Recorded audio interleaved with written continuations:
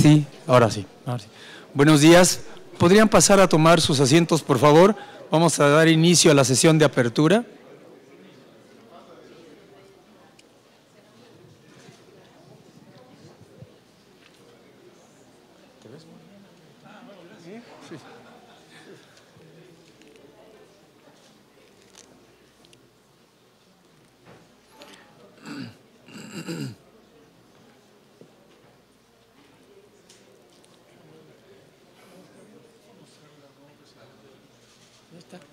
Sí, claro. Sí.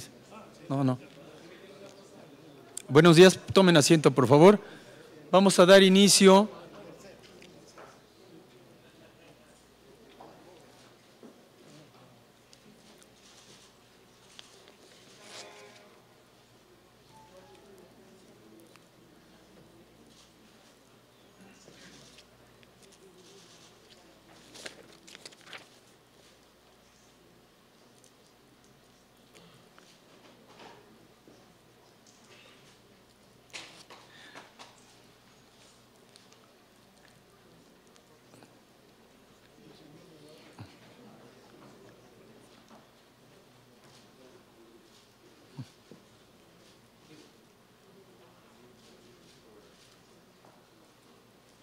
Muchas gracias, muchas gracias.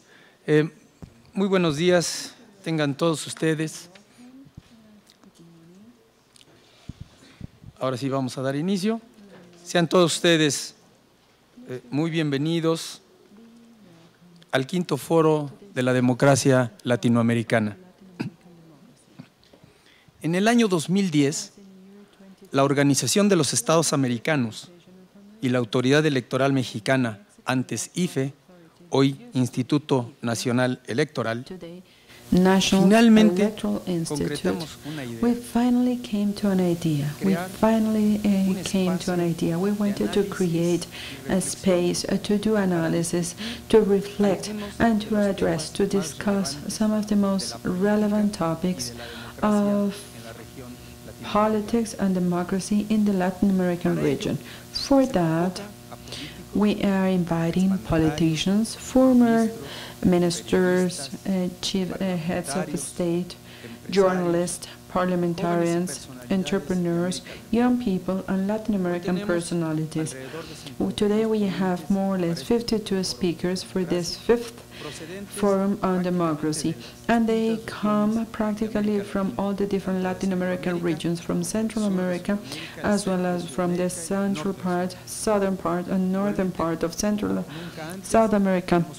And as never before, we have representation of gender, women gender, as never before. Seguro, Fidel. You will witness equality. Today we are celebrating the fifth forum, and the title is On Governance of Democracy, Citizens, Economy, and Politics. We have embraced, we have received more than 500 confirmations by attendees. We will have academicians, students, professional young people, public officials, electoral officials, podría checar si se oye, journalists, consultants, academicians, amongst many more. Thank you all for your interest and for your support to make this forum, to make it a positive, fruitful, and enthusiastic forum in this dialogue. Let's all get ready, public and speakers, both, in order to start this collective dialogue in a free setting, objective setting, and respect setting that we have in this place, which is Colegio de Mexico, that is now celebrating 74 years of its creation. We have Dr. Javier García Diego, the chairman of Colegio de Mexico. Is simultaneous interpretation working? Would you please raise your hand if it is working okay? Is it working? We also have Dr. Lorenzo Cordova, chairman of INE. Is the translation working, sir? We also have the distinguished presence for the organization of this event, the chairman of the Electoral Tribunal of the José Alejandro Luna Ramos.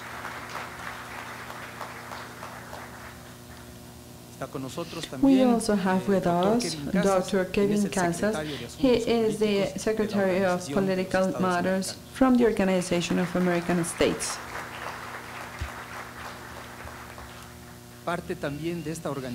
In this organization as well, which is an organization, a special organization for this event, we have Dr. Raúl Ávila, who represents IDEA Internacional in Mexico. Could you please show your hand if you are listening to the translation correctly? Before we have the opening remarks, I would like to tell you all that we are streaming this event through the INE website and through the YouTube and television INE channels. In Twitter, we will have the questions from the country, from Latin America, and from the Salamanca University. In order to start our presentation, we will give the floor to Dr. Kevin Casas. Would you please?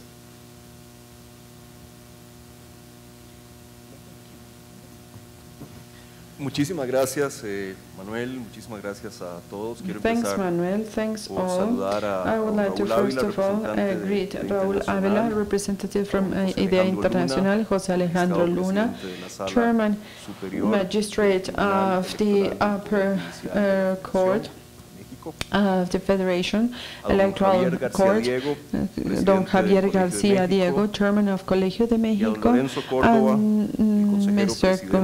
Lorenzo Córdoba, Chairman of the National Electoral Institute. I will start by saying and by conveying the respectful greeting of the General Secretary of the Organization of American States, Mr. José Miguel Insulza. He is going to be with us.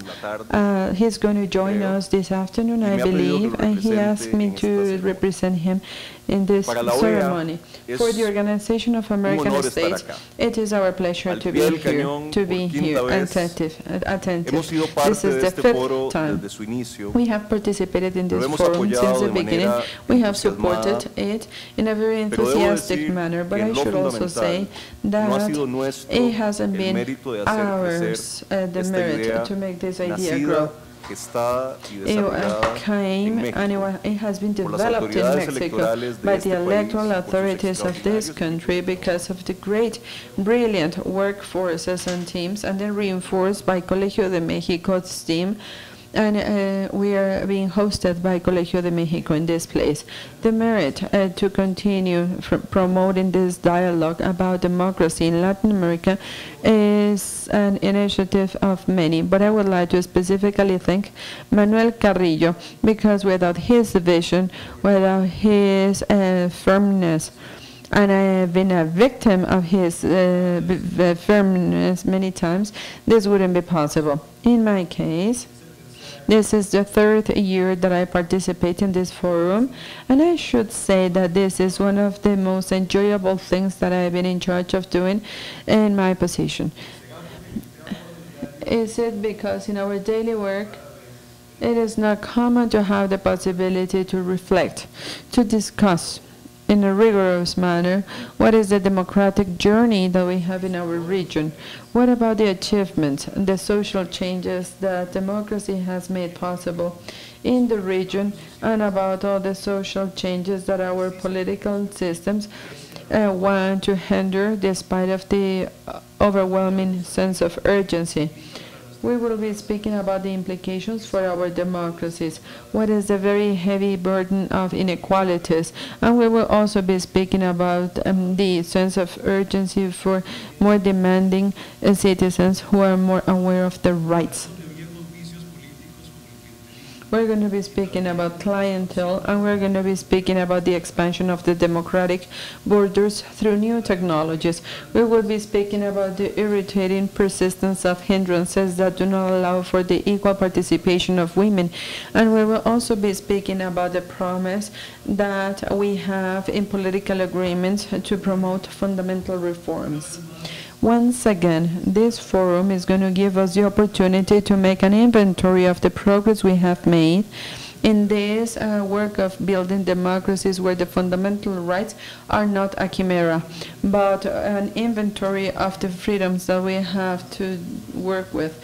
which is the pain, the remaining pain, as beautifully said by the Córdoba students almost a century ago. I hope we can make this inventory without surrendering to self-complacency. And despite of all this, some of these democracies are better than the authoritarianism that we have in Latin America in the past. I hope we can make this review in order to identify the specific tasks we have to start as public officials and as academicians, as journalists and as citizens. If we want to be closer to the practice of our political systems and our social lives, to the democratic ideal. There is one thing I know for sure. We're going to have this discussion in a setting that is inviting us to be free, to tolerate, and to mutually respect, because this is the only way to have democratic debates. This, more than any other thing, is to me the symbol under which this forum has made progress. It will address democracy, but it will also build democracy. And as here, in this opinion exchange, and this is where democracy is built, and this is why it's very important for OAE to be here and to support this space. The Organization of American States comes from democracy in our hemisphere, and we should always be present. I would like to reiterate on behalf of the Organization of American States my gratefulness to all the sponsors of this activity, especially the National Electoral Institute, because it is now being inaugurated and it continues here, and as in many other activities, the great tradition of the role of IFE.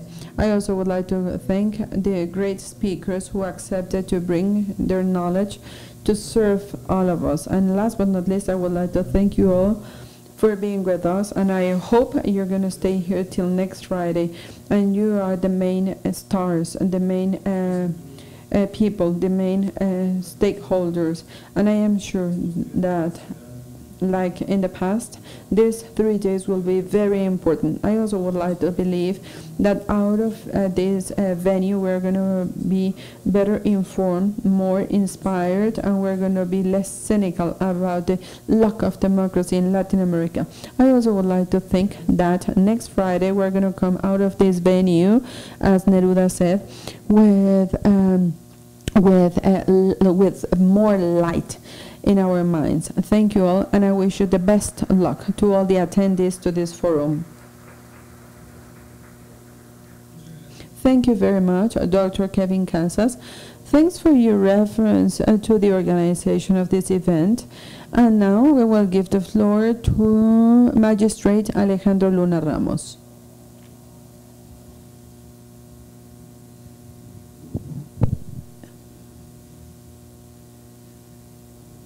Dr. Javier Garcia Diego, Chairman of Colegio de Mexico, President of Colegio de Mexico, thank you for your hospitality as always. Dr. Lorenzo Córdoba, thanks for allowing us to be gathered here. Dr. Kevin Casas, Secretary of Political Matters from the Organization of American States. Dr. Raúl Ávila Ortiz, consultant from IDEA. Leonardo, thanks for being with us, as always. Ladies and gentlemen, good morning all. To me, it is a great privilege to participate in this inaugurational event of the 5th Forum of Democracy, Latin American Democracy. I would like to express my gratitude to the authorities of Colegio de Mexico for allowing us to do this work in this beautiful place. Thanks to the great coordination of the different inviting and sponsoring institutions, those inviting us to participate in this very important event. Latin American countries have transformed institutions in recent years, and the objective we have is to strengthen We want to strengthen our constitutional systems. We want to always come to democracy.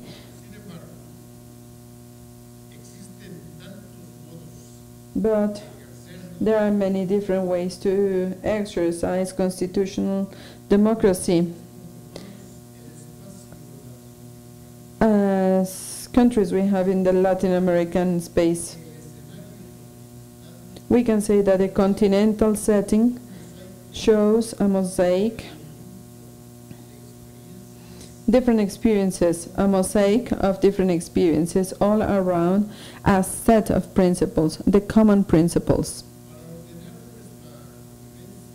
In order to speak about our social politics and the conviction we have, we always want to unconditionally defend human rights.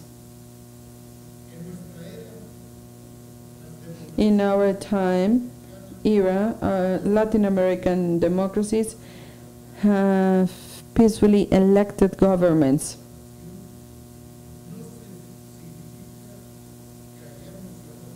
It doesn't mean we have eradicated all the weaknesses.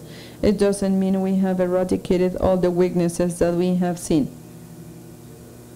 And we will not live out of the rents after all the efforts invested in this institutional foundation. We are aware, we know that our systems are exposed to challenges, and sometimes they are also exposed to latent threats. The good health of democratic governance needs to be always cared about. It needs our care. We need to take care of it. We need to take care of it, we as authorities, as well as the political communities, and as well as the citizens. Safeguarding democracy demands daily responsibility. It doesn't accept tyrannous.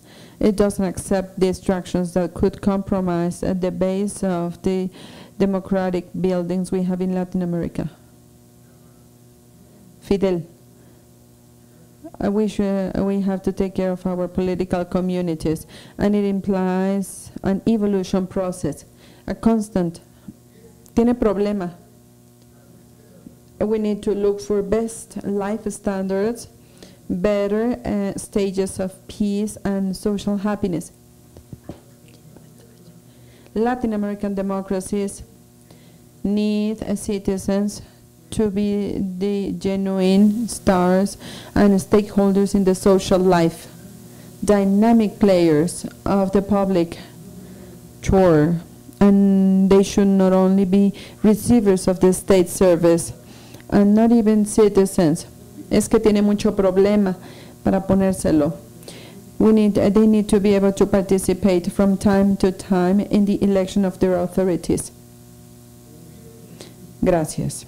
And as a political thinker from Uruguay said, José Batlle and Ordóñez, in a democracy, in a real democracy, people should never be happy with just electing governors. People should govern those who are elected. Democratic systems, the ones we have in Latin America, are characterized by the diversity, by this constant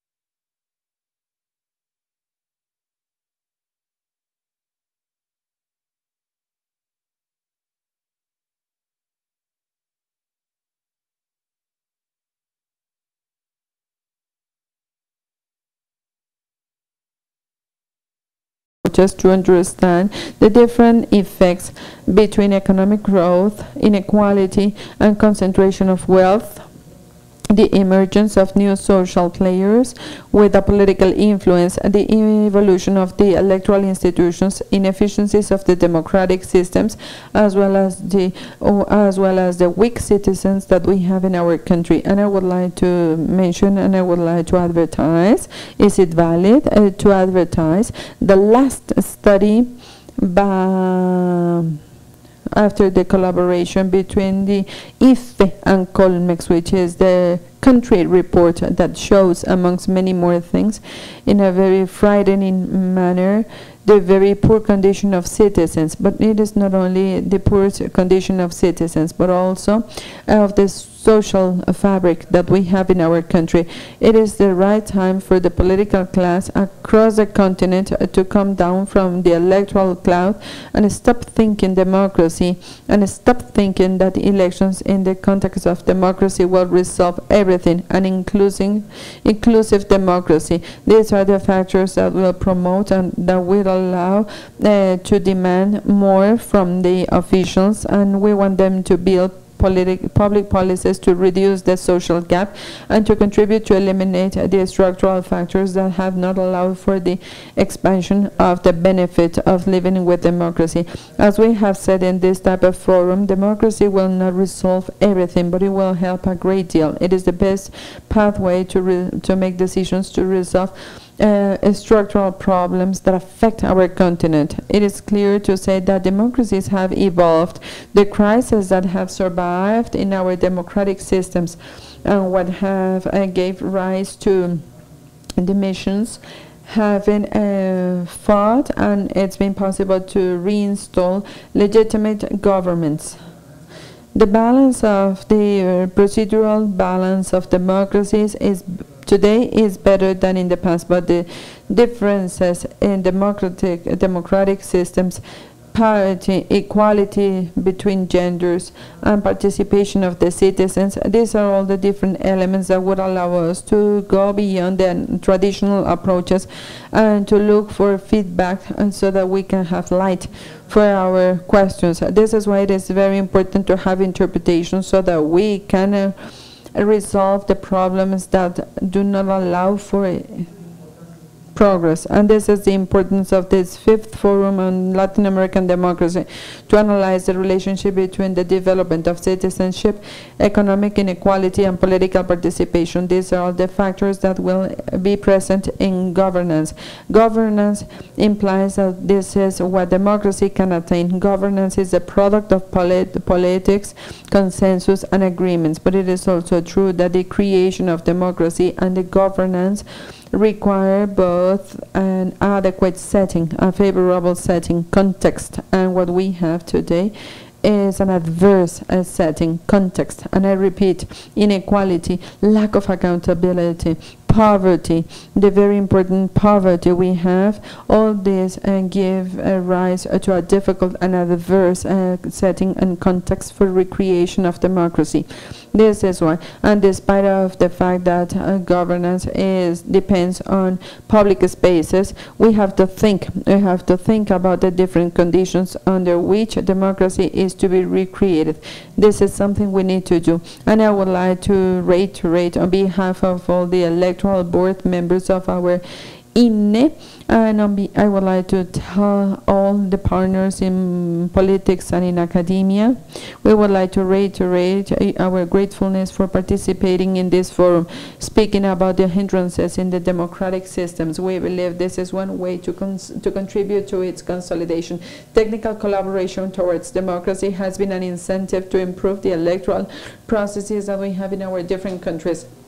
To electoral experts, they are the ones that have to tell which are the democratic deficits, and the political class has to implement the public policies to eliminate the hindrances that do not allow for inclusive development and better distributed development. The electoral authorities have to guarantee free exercise of the right to vote, and political parties have to follow the rules without affecting institutions.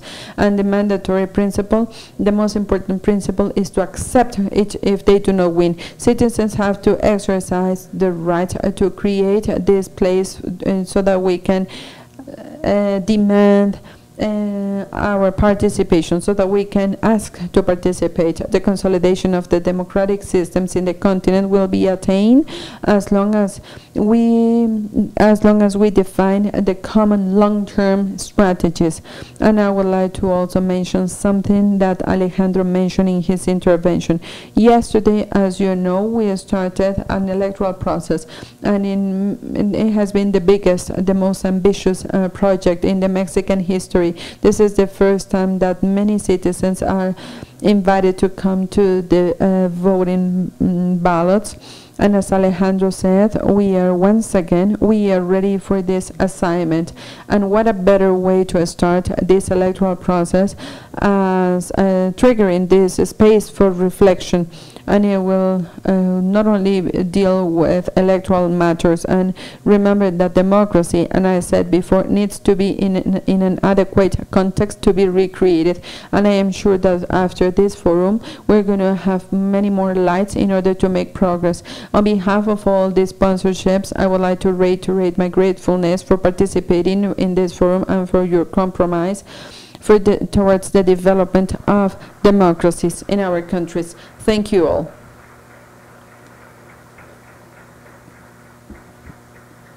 Thanks. Thanks, Dr. Cordova. Thanks, those people who have been with us in this presidium, not in this presidium. We will now have a 5-minute break. We are going to have Carlos Mesa, former president, and our moderator, Ciro Murayama. It will only be a 5-minute break just to change the names in our seats, and then we're going to start our first conference. Thank you very much.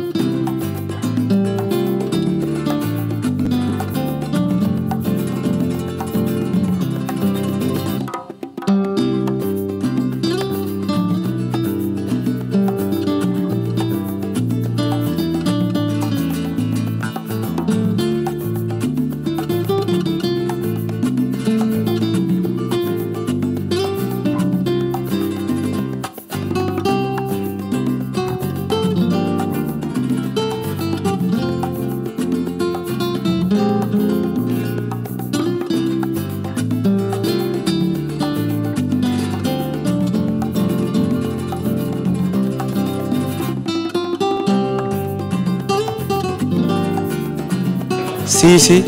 Por favor, los invitamos a tomar sus asientos. Vamos a dar inicio a la siguiente conferencia.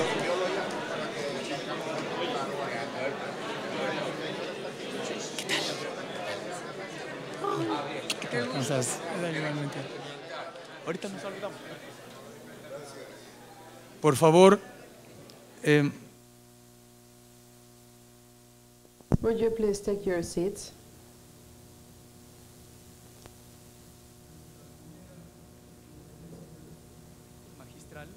We're going to start our first keynote presentation. We have 3 keynote presentations. Today and tomorrow we're going to have 2 more. This first keynote presentation is going to be moderated. And the commentator is Dr. Ciro Murayama, who is the electoral board member of the National Electoral Institute. Doctor, you have the floor. Good morning, all. Thanks to Colegio de México for its hospitality, for making this new chapter possible. This new chapter of this forum. We're going to start.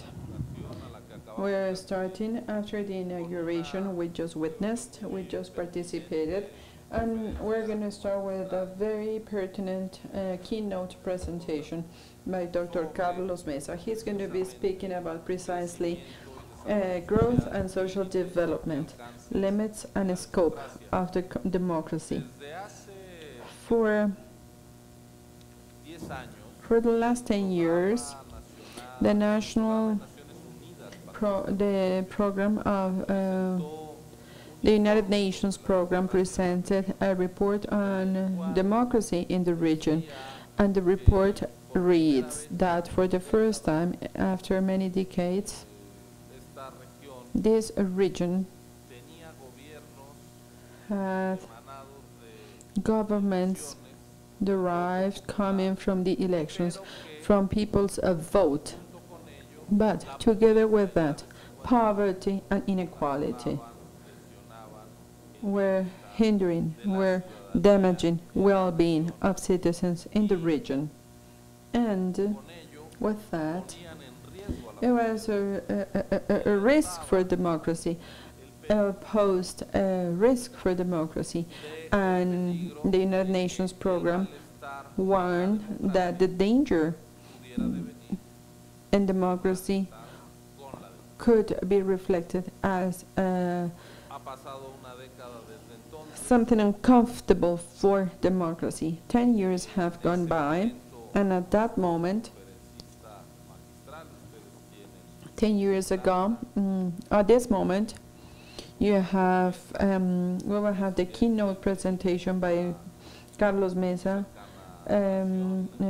president of a pretty close country from us in terms of friendship and in terms of experience, because in our country we have hosted people from Bolivia when there hasn't been democracy, and this is just to be in economic in terms of my language. But our speaker was the president of that country, and we have lived 10 years since that report, when it was first published, where there was a warning about the inefficiencies of the Latin American well-being and the possible negative consequences on the democratic progress.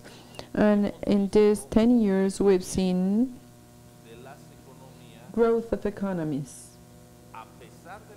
despite of the global crisis of the year 2008, much better than the one we have seen in the past. For example, during the 80s, of course, what CEPAL said was the lost decade of the Latin American development, better than different moments during the 90s, where we had the tequila crisis, where we had the caipirinha, and others. And even the very strong economic crisis of Argentina at the beginning of the century. And we have had years where, despite of the 2008-2009 crisis, the regional recovery was faster than the world average, but it is still a performance. From the distance, it could look great because we haven't had economic overheating problems. In terms of inflation, this is something that affected the region during the 70s. There were no external debt issues, so you have no inflation, you have no debt, and you are growing. We finally attained it. And what some academicians and economists and colleagues have said, however, is now the Raúl Prebisch nightmare.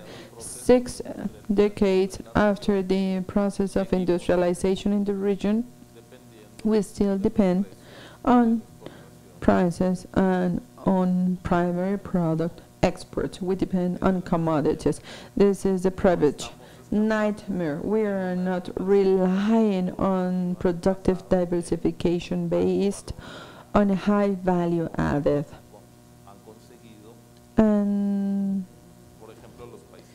this is what Asian countries have attained. And those prices are starting to drop, are starting to decline, because that growth pattern depends on a variable, relies on an independent variable that we can't control as exporter, which is international prices for the demand of commodities, products we get from nature.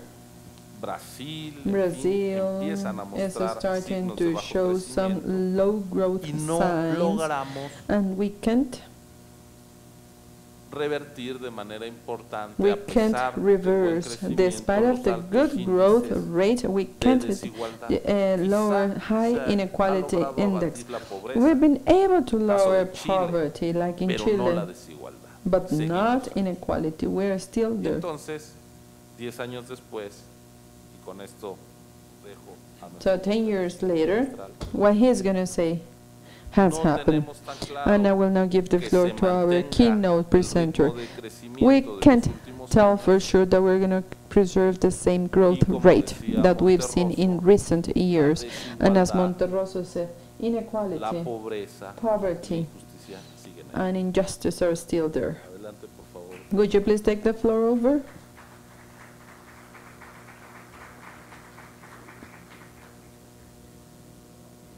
Muchísimas gracias. Comienzo obviamente por agradecer especialmente al Instituto Nacional Electoral, to INE, former IFE, and I normally come to these encounters, and I would like to thank Don Leonardo, Manuel Carrillo, Dr. Córdoba, for making my presence possible. El desafío de hoy para mí es the challenge for me today is to speak about some elements that would allow us to consider what is the possibility of making reference to democracy as the ultimate responsible or not ultimate responsible for development growth issues and the difficulties to face, to cope with the reality of a poverty that has not been reduced as expected, despite of the speed we've seen in recent years. And it has also to do with a chronic issue. I have, in the last 10 years, and this is just to give you a number, I could speak more about more years. I haven't attended a meeting on Latin America without saying this phrase. There are many positive things to Latin America, but it is the most unequal continent in the world. This is an unquestionable reality, and this is a reality that we systematically repeat, and it shows chronic inefficiency, and it also shows a serious problem that is now given rise to these black holes, the most important black holes we have in the democratic system. Empecemos por decir que hemos resuelto We una have pregunta resolved que a hace 30 question años era una pregunta debatible. that used to be a debatable Si la question, democracia era whether or el not camino democracy was adecuado the right o el mejor pathway or the best para pathway estructurar y organizar la forma de vida de nuestras sociedades. La respuesta sistemática, reiterativa y creo que ya permanente The es que sí. answer, the permanent Que la answer is democracia yes. es el camino Democracy que América Latina ha is escogido. the pathway that Latin Y America, además debo decir Latin algo America que no has me chosen. parece lateral, sino muy importante. Lo ha hecho porque históricamente It has América done it Latina because historically propuso Latin America a principios del proposed siglo XIX at the beginning la of the 19th respuesta century conceptual the democrática conceptual republicana de democratic manera Republican general, de manera response global. Si había general, tenido in a antecedentes general en manner. Francia There y en Estados were Unidos, some fue past la primera events región del in France and in the United planeta States, que but it was the escogió first el region in the mecanismo planet that constitucional chose democrático this liberal como democratic forma de liberal funcionamiento. mechanism as a way Otra to cosa es work. que su desarrollo fuera accidentado e insuficiente. There was not Con esto quiero decir sufficient algo que me parece discipline to make it importante. happen. La But I would like to democracia say something como important. concepto Democracy as a no es un concept instrumento is importado, not aplicado an mecánicamente instrument del mechanically Occidente, porque de imported algún modo from América the Latina West, es because parte del Latin America is sus part of the peculiaridades, West con sus with its diferencias, own con sus characteristics, propias, with que its son own claves para differences, entender el desafío which del is siglo key XXI. to understand the Pero challenge of the la 21st lógica century. de haber aplicado finalmente el camino But propuesto en el siglo XIX a partir de la década de los applying años what 80, started in the marca 19th century, que desde un punto de vista de construcción de from ideales, the pienses en ideal Bolívar o en Martí, para poner dos construction ejemplos perspective, evidentes, let's think about estamos Bolivar and como Martín. protagonistas y We no are solamente now, como copistas we are de not lo only que fue la copying propuesta democrática what histórica americana. the democratic Si es proposal evidente que was.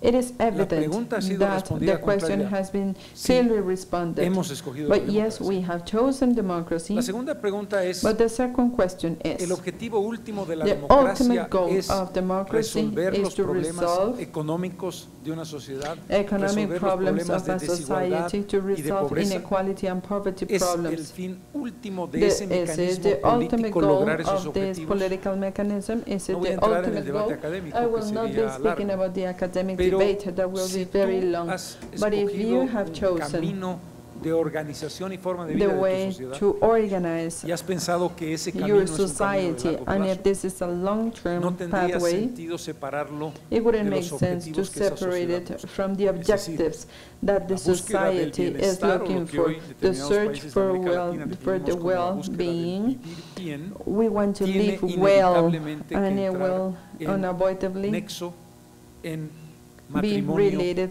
con el modelo to escogido para vivir. model chosen Si to bien live. podemos debatir si We la can debate democracia en sí misma Whether or not democracy es o tiene como objetivo is or el has resolver esos the problemas, objective of resolving no podemos these debatir problems, que but we hemos escogido ese camino can't que debate es that una we have manera de chosen this organizarnos mechanism, which para is one way resolver esos to problemas get que tienen organized que in ver order con la to búsqueda del resolve vivir bien. those problems En which otras are palabras, cada behind vez es más the difícil search separar of la living well. responsabilidad de la estructura It is more organizativa difficult de la to democracia separate con los organization from objetivos democracy legítimos de una and to sociedad see which que is the tienen que ver legitimate con las objective of condiciones the society that económicas, has to do with the sociales, economic de and derechos social humanos, conditions, de menor human rights pobreza conditions, o de less mayor poverty bienestar, conditions, como and ustedes higher well-being rates, Y as you want to es call it. lógico, en And it consecuencia, is que logic 3 décadas después as de a haber consequence comenzado that de manera 3 decades after coherente y de we manera started to concertada work los países de América Latina en with el proceso consensus democrático, in this democratic que, process in the como Latin American decía countries, Ciro, and el as tema Ciro ya said, no es the issue is not that we have difficulties in democracy. We rather have difficulties with democracy. We have difficulties with democracy not because I believe there is a big portion of the Latin American society that wants to believe that we need to substitute democracy in order to come to better social and economic and equality results.